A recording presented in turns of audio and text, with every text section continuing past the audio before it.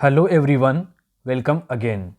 सो आज की इस वीडियो के अंदर हम लोग कुछ और क्वेश्चन डिस्कस करने वाले हैं। हमने लास्ट लेक्चर के अंदर आप लोगों के लिए कुछ क्वेश्चन डिस्कस करे थे। अगर आपने पहले वाला वीडियो नहीं देखा है तो जाके आप उस वीडियो को देख सकते हैं। और ये जो हमारी सीरीज है इसको हम लोग आगे कंटिन्यू कर रहे हैं। लास्ट वीडियो पे आपका अच्छा रिस्पॉन्स मिला, सो हम इसको आगे कंटिन्यू करेंगे। क्लियर? सो बिना टाइम गवाए हम लोग वीडियो को स्टार्ट करते हैं। ओके, सो यहाँ पे क्वेश्चन नंबर 11 है। 10 तक हमने पहले डिस्कस किया था। आज अपना पहला क्वेश्चन होगा क्वेश्चन नंबर 11, जिसमें कि आप यहाँ पर देख पा रहे होंगे। क्वेश्चन आपका ये है, मौलिक अधिकारों के प्रवर्तन के लिए संवैधानिक उपचार का अधिकार निम्नलिखित में दिया गया है। कौन से आर्टिकल में दिया गया है? एक बार मैंने पहले भी आपको इस चीज़ के बारे में बताया था, इस आर्टिकल के बारे में बताया था, आर्टिकल 32, जो कि काफ़ी ज़्यादा इंपॉर्टेंट है। सो मुझे लगता है कि इस आर्टिकल को आपको अच्छे से देख लेना चाहिए। इस आर्टिकल से रिलेटेड जितने क्वेश्चन बनते हैं वो आपको एक बार अच्छे से डील कर लेने चाहिए। तो इसका जो राइट आंसर होगा वो क्या होगा? Option D is the right answer. Okay, तो यहाँ पर हम देख सकते हैं कि भारतीय संविधान के अनुच्छेद 256 और अनुच्छेद 32 में प्रत्येक नागरिक को संवैधानिक उपचारों के अधिकार की गारंटी देते हैं, जिसमें कानून के समक्ष समानता और कानूनों का सम्मान संरक्षण शामिल है। सो ये है आर्टिकल 32। ध्यान रखना आपको, इसका राइट आंसर आपका होगा डी। ओके, आपको किसी भी क्वेश्चन में कोई भी डाउट होता है आप कमेंट बॉक्स में पूछ सकते हैं। अदरवाइज आपके सामने ये नंबर है, आप नंबर पर भी मैसेज करके बता सकते हैं। ठीक है, तो अगला क्वेश्चन है आपका यहाँ पर क्वेश्चन नंबर 12, जिसमें हम बात कर रहे हैं यहाँ पर कि जो भारत का राष्ट्रपति है द्वारा राज्यसभा और लोकसभा में मनोनीत सदस्यों की कुल संख्या कितनी है। देखिए, अभी इसमें आपको राइट आंसर जो है वो यहाँ पर करना है, और इस क्वेश्चन का आज के अकॉर्डिंग जो राइट आंसर होगा वो क्या होगा?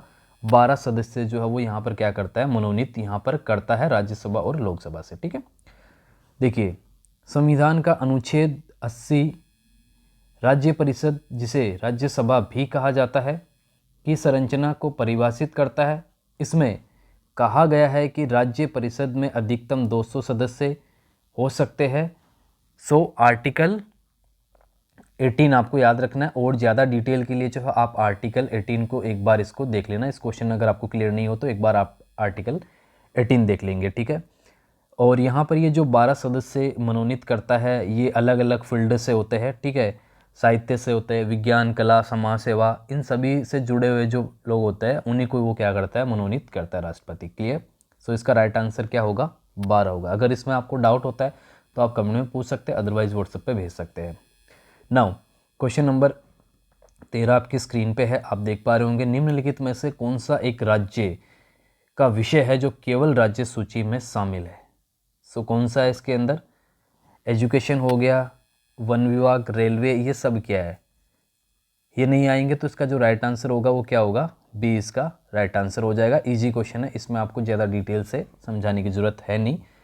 अगर आप इनको देखेंगे, जो तीनों लिस्ट है उनको आप देख लेना, आपको चीज़ें क्लियर हो जाएंगी। हालांकि इतना ज़्यादा डिटेल से नहीं पूछेगा, इसलिए मैंने क्वेश्चन को भी उतना ज़्यादा डिफ़िकल्ट बनाया नहीं है।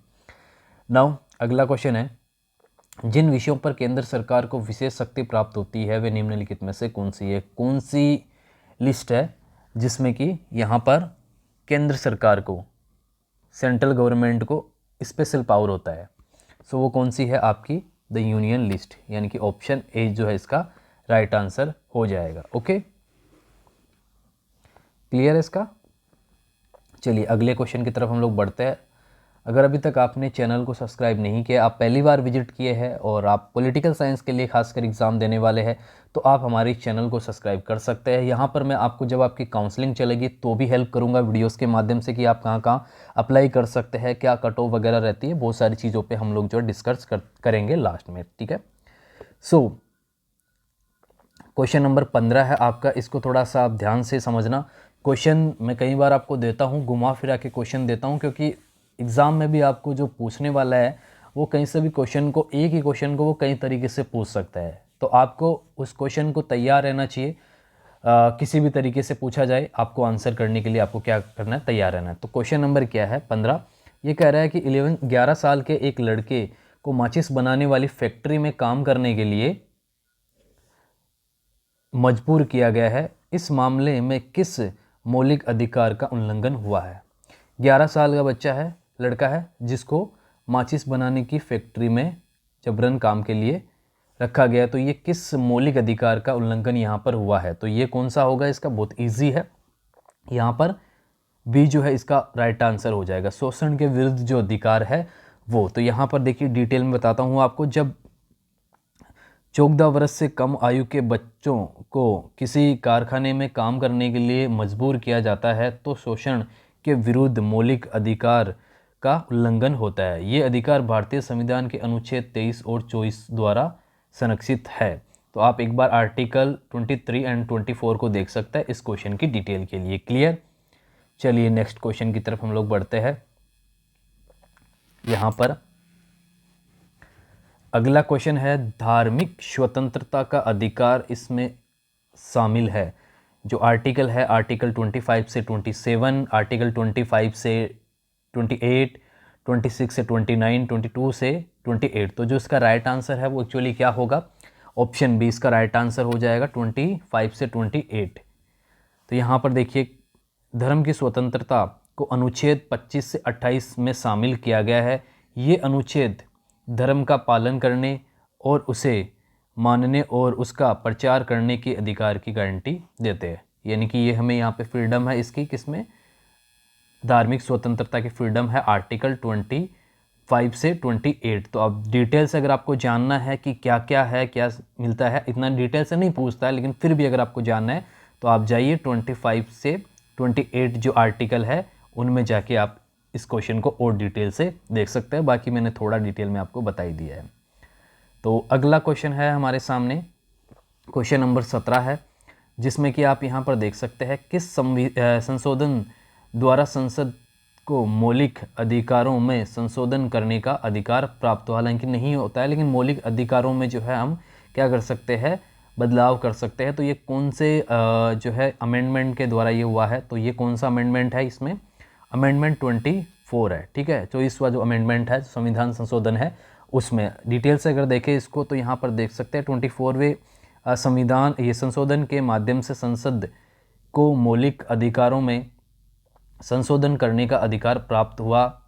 ये संशोधन 1971 में अधिनियमित किया गया था और इसने संसद को संविधान में संशोधन करके मौलिक अधिकारों को संशोधित या कमज़ोर करने की अनुमति दे दी थी। ठीक है, सो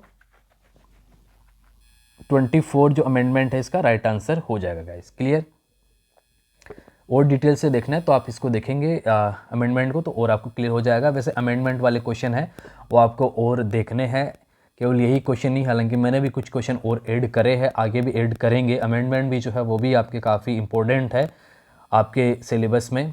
अभी हम लोग जो है डिस्कस कर रहे हैं केवल इंडियन कॉन्स्टिट्यूशन को लेके, उसके बाद फिर हम लोग IPT WPT उनको भी कवर करेंगे। लेकिन पहले जो भी मैं क्वेश्चन आपको प्रोवाइड करवाऊंगा वो इंडियन कॉन्स्टिट्यूशन के करवाऊंगा, वहाँ से पूरे कंप्लीट हो जाते हैं मोटा मोटी, तो फिर हम लोग जो है IPT की तरफ चलेंगे। क्लियर? तो अगला क्वेश्चन है क्वेश्चन नंबर 18 है, आप देख सकते हैं। देखिए क्वेश्चन है, राज्य के नीति निर्देशक जो सिद्धांत है कि अवधारणा कहाँ से ली गई है? ठीक है, directive principle of state policy ये कहाँ से ली गई है? क्वेश्चन थोड़ा टाइपिंग में अधूरा रह गया है, बता देता हूँ मैं आपको। तो ये कहाँ से लिया गया है? आपका आयरलैंड से लिया गया है। इसका राइट आंसर क्या होगा? ऑप्शन ए इसका राइट आंसर हो जाएगा। देखिए भारत में राज्य के जो नीति निर्देशक सिद्धांत है कि अवधारणा आयरलैंड के संविधान से उधार ली गई है, मतलब वहाँ से ली गई है। ठीक है, अब देखिए कनाडा से यहाँ पर क्या लिया गया है? संघीय ढांचा है। रसिया से मौलिक अधिकार, अमेरिकन से USA से मौलिक कर्तव्य यहाँ से, और मौलिक अधिकार अमेरिकन से। ठीक है, तो जो है इसका राइट आंसर यहाँ पर ये होगा। तीनों का भी मैंने आपको यहाँ पर थोड़ा डिटेल के लिए हाईलाइट कर दिया है गाइस। ठीक है, बाकी आपको यहाँ से और देख लेना है कि अपने संविधान में जो है मतलब कहाँ से क्या लिया गया है, किस देश के संविधान से, क्योंकि अपने इंडियन कॉन्स्टिट्यूशन को कई जो देश है वहाँ के संविधान से कुछ तथ्य लिए गए और वो तथ्य ऐड किए गए। जैसे अपने राष्ट्रपति पे महाभियोग की प्रक्रिया होती है तो वो भी उधार ली गई है, वो भी किसी दूसरे संविधान से ली गई है। संघीय ढांचा है, ठीक है, तो ये सब चीज़ें ना मतलब बहुत सारी चीज़ें अपने कॉन्स्टिट्यूशन में, अपने संविधान में बाहर से ऐड की गई है। तो वो आपको देख लेना है यहाँ पर कि कहाँ से क्या क्या लिया गया है। क्लियर? मैं एक क्वेश्चन आपको करवाता हूँ तो साथ में मैं आपको जो चीज़ बोल रहा हूँ कि भाई उसके इर्द गिर्द के क्वेश्चन है वो भी आप देख लेना, उनको भी आप अच्छे से एनालिसिस कर लेना। तो आपको ज़रूर कर लेना, ऐसा नहीं है कि जो क्वेश्चन मैंने बता दिया सेम वो क्वेश्चन आएगा, उस क्वेश्चन को वो घुमा फिरा के भी पूछ सकता है। तो इसलिए मैं आपको हर तरीके से प्रिपेयर करवाता हूँ इन क्वेश्चन के माध्यम से। सो यहाँ पर क्वेश्चन नंबर 19 है द फंडामेंटल राइट्स। तो इसका जो राइट आंसर यहाँ पर क्या हो जाएगा, ये पूछ रहा है कब ऐड किया गया। अगर क्वेश्चन आपको नहीं समझ में आया तो डायरेक्टली बताता हूँ कि ये क्वेश्चन में पूछा ये जा रहा है कि जो फंडामेंटल राइट्स है उनको कब ऐड किया गया अपने कॉन्स्टिट्यूशन में। तो कब ऐड किया गया, तो इसका राइट आंसर क्या होगा, सी होगा, क्योंकि वो ओरिजिनली है, वो ऐड नहीं किए गए, तो पहले से ही ऐड है। क्लियर? तो देखिए भारत के संविधान का 24 जो संविधान संशोधन हुआ था 1976 में, आपातकाल के दौरान अधिनियमित किया गया। इसे इंदिरा गांधी के नेतृत्व वाली भारतीय राष्ट्रीय कांग्रेस सरकार द्वारा पेश किया गया था। इस संशोधन को मिनी संविधान भी कहा जाता है।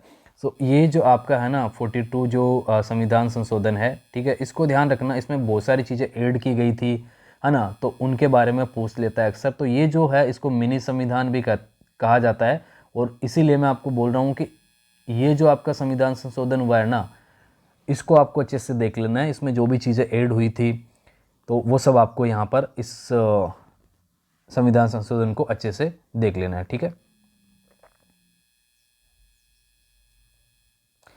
नाउ नेक्स्ट क्वेश्चन है क्वेश्चन नंबर 20 आपकी स्क्रीन पे। तो यहाँ पर क्या कहा जा रहा है कि संविधान में जो राज्य नीति निर्देशक जो सिद्धांत का उल्लेख है वो किस अनुच्छेद के अंतर्गत है। वहाँ हमने पूछा कहाँ से लिया गया है, अब यहाँ बात आ रही है कि कौन से आर्टिकल में। तो इसका राइट आंसर हो जाएगा सी, 36 से जो है 51 तक इनका उल्लेख है। आप इन आर्टिकल को देखेंगे तो आपको पता चल जाएगा। ठीक है, पार्ट की बात करें तो 4 पार्ट में ये आपका ऐड है। क्लियर?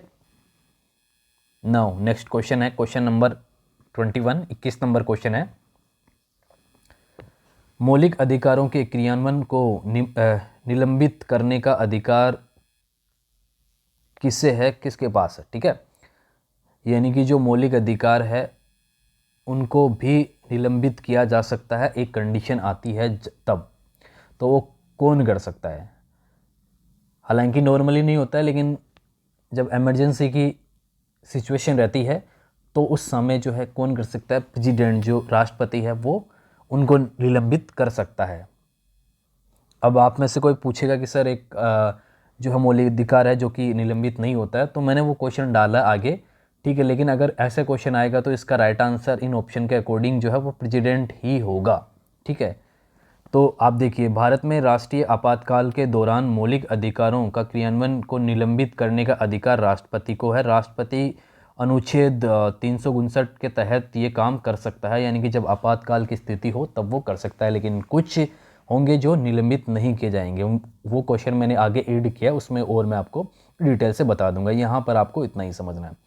नेक्स्ट क्वेश्चन है आपकी स्क्रीन पे, निम्नलिखित में से कौन सा एक अनुच्छेद किसी आपातकाल की घोषणा में जो है निलंबित नहीं किया जा सकता है। ठीक है, आगे ये क्वेश्चन आपका, ठीक है, कौन सा है, तो ये आपका हो जाएगा यहाँ पर आर्टिकल 20 एंड 21। ठीक है, कौन सा होगा, आर्टिकल 20 एंड 21। अब इसको देख लेते हैं यहाँ पर, अनुच्छेद 20 और 21 जिसमें कि जीवन, स्वतंत्रता और अपराधों के लिए दोष सिद्धि के विरुद्ध मौलिक अधिकारों की रक्षा करते हैं। ये अधिकार अंतर्निहित माने जाते हैं और आपातकाल के दौरान इन्हें निलंबित नहीं किया जा सकता है। ठीक है, तो ये होगा आपका आर्टिकल,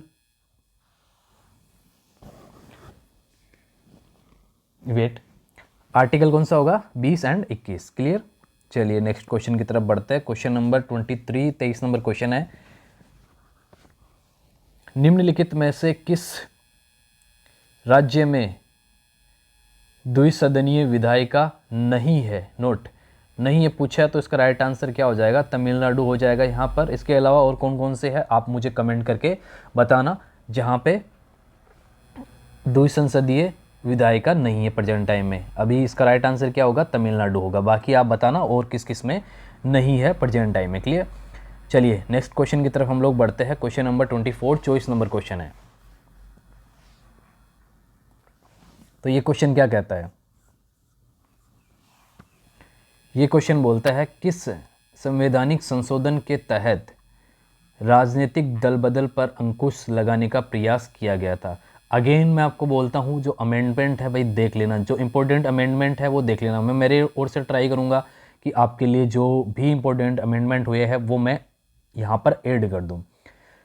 इसका जो राइट आंसर है, जो दल बदल का जो प्रोसेस है उस पर अंकुश लगाया था वो आपका था यहाँ पर 52 जो कॉन्स्टिट्यूशन जो अमेंडमेंट हुआ था उसमें। डिटेल से अगर बात करें तो भारत के संविधान में 52वां संशोधन दल बदल विरोधी कानून है, जिसे 1985 में पारित किया गया था। इसे संसद और राज्य विधानसभाओं के सदस्यों को दल बदल करने से रोकने के लिए अधिनियमित किया गया था। क्लियर। देखिए ये जो 52वां संशोधन जो है आपका, ये संविधान में 10वीं अनुसूची में जोड़ा गया है, ये भी आपको ध्यान रखना है। क्लियर। चलिए आज इतने ही क्वेश्चन करेंगे। क्वेश्चन नंबर 25 पे एंड करेंगे। नेक्स्ट क्लास में हम फिर और क्वेश्चन को डील कर लेंगे। आपको किसी भी क्वेश्चन में, जो मैंने अभी क्वेश्चन आपको करवाए, किसी भी क्वेश्चन में कोई भी डाउट होता है आप कमेंट में पूछ सकते हैं। अदरवाइज आपके पास ये नंबर है, आप मुझे इस नंबर पे डायरेक्टली पूछ सकते हैं कि सर मुझे इस क्वेश्चन में डाउट है। क्लियर। तो यहाँ पर अब बात करते हैं क्वेश्चन नंबर 25 की। विभिन्न राजनीतिक दलों को राष्ट्रीय या क्षेत्रीय दल के रूप में मान्यता कौन देता है?